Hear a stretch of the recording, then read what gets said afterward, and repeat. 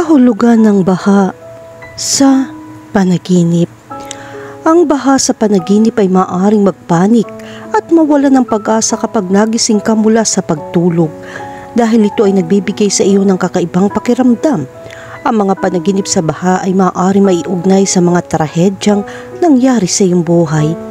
Ang pagbaha ay nangyayari kapag ang tubig ay hindi makahanap ng isang tiyak na paraang palabas. Ang kakulangan sa rutang ito ay naging sanhi ng pag-apaw ng paddle, sanhi ng pag-ulan na dumating sa dami ng mas makabuluhang kaysa sa inaasahan. Sa makatuwid ng mga panaginip na binaha ay maaaring mga hulugan ng isang babala na ang iyong loob ay nasa panloob na salungatan. Kailangan mong ipahayag ang iyong damdamin at lakas ng mas mahusay.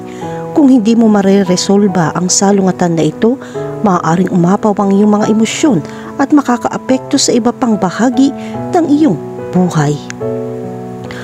Kahulugan ng panaginip tungkol sa isang flash flood. Ang tubig ay may emosyonal na kahalagahan at ang biglaang pagdating ng baha ay nagpapahiwatig na maraming malalim na damdamin ang lumalapit sa iyo. Kung nanaginip ka ng hindi inaasahang baha, maaaring nasa isang love relationship ka kung saan ang iyong partner ay sinasakal ka sa sobrang daming hinihingi. Maaari rin ito maging isang senyales na ikaw ay nasa isang magulo at hindi matatag na relasyon o ikaw ay labis na nag-aalala sa iyong sarili. Ang mga baha ay maaaring kumatawan sa mga tawag na pang-emergency mula sa loob.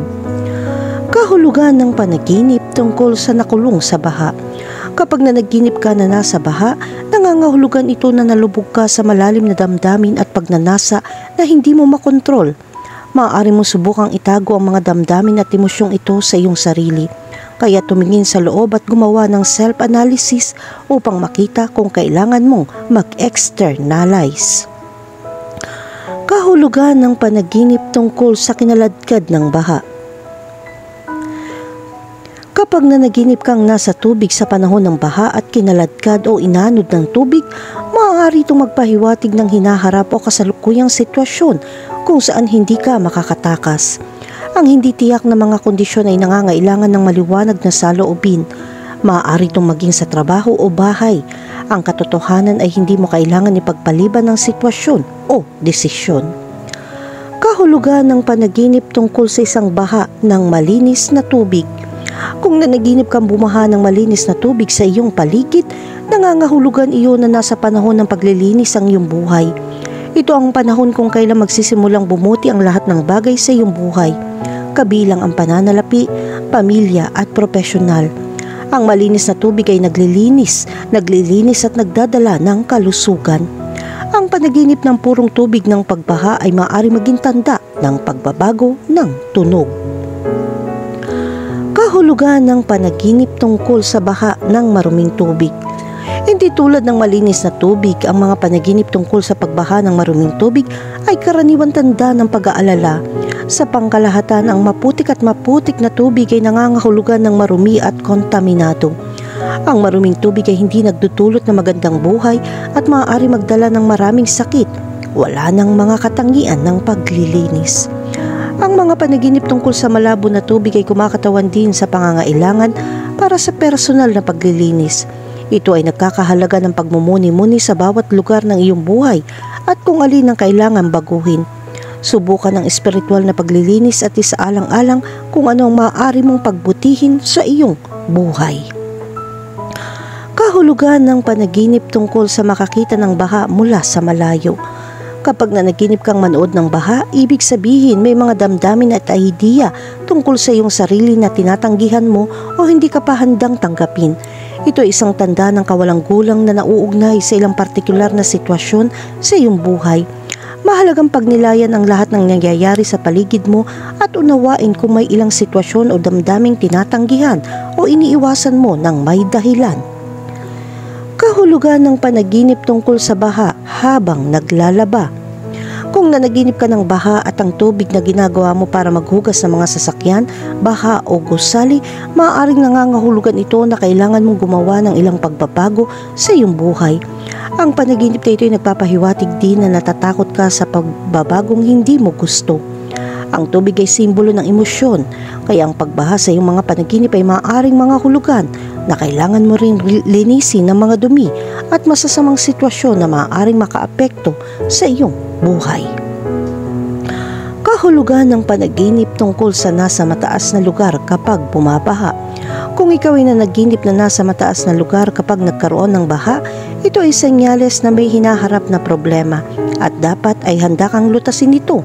Ang kanang bahagi ng panaginip na ito ay maaari kang gumawa ng mga paghihirap, hindi tulad ng isang panaginip na tinangay ng baha na nagpapakita ng kawalan ng pagpipilian. Kahulugan ng panaginip tungkol sa bahay na binaha.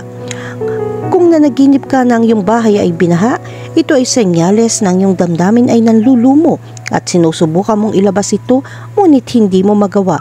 Subukan makipag-usap sa mga taong pinagkakatiwalaan mo.